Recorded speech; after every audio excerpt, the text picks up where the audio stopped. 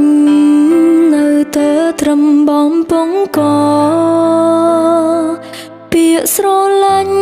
និងញ៉ៃចោលក៏ហាមិនចាញ់បើសិនសួរថាស្នេហ៍គេឬទេចម្លើយគឺច្បាស់ជាស្រឡាញ់ហេតុអ្វីមាត់និយាយមិនចាញ់ពាក្យស្នេហ៍មើលមុខគេធ្លុះដល់ប្រមាត់បែងដូងប៉ុន្តែបែងដូងគេមិនព្រមមកហើបថាស្នេហ៍ឬក៏ចាំឲ្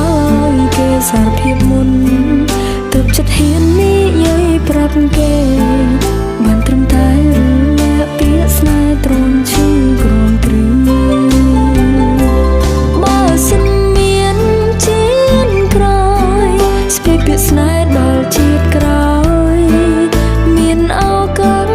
ក្លាហានហ៊ានបង្ហាញពាក្យស្នេហាព្រោះតែជាតិនិងខខានមនក្បត់មែននោះមិនមានចាទាំងដែលខ្លួនឯងមានត្រូវការគេក្បែរបើជាតិក្រោយមានមែនផ្សងជួបគ្នាទៀតសូមចាំជាតិក្រែងខ្ញុំក្លាហានហ៊ានថាស្នេហ៍ទោះគេធ្វើមិនមាត់គេរឹងខ្ញុំដឹងគេក៏មានចិត្តណាមាននិស្ស័យកុំជួបគ្នាទេតែមិនដឹងជាតិណា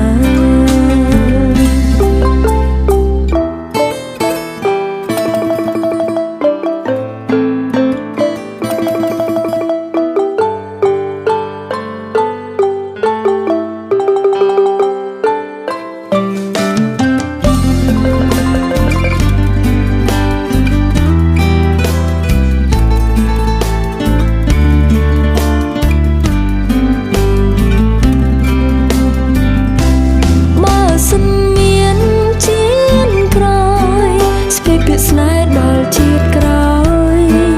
មានឱកាសក្លាហានហ៊ានបង្ហាញពាក្យស្នេហា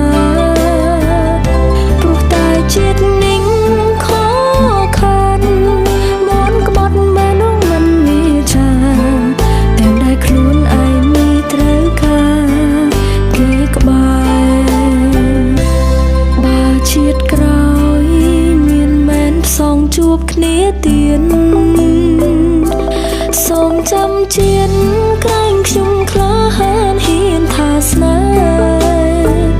ទោះគេធ្វើមិនមាត់គេរឹងខ្ញុំដឹងគេក៏មានចិត្តណា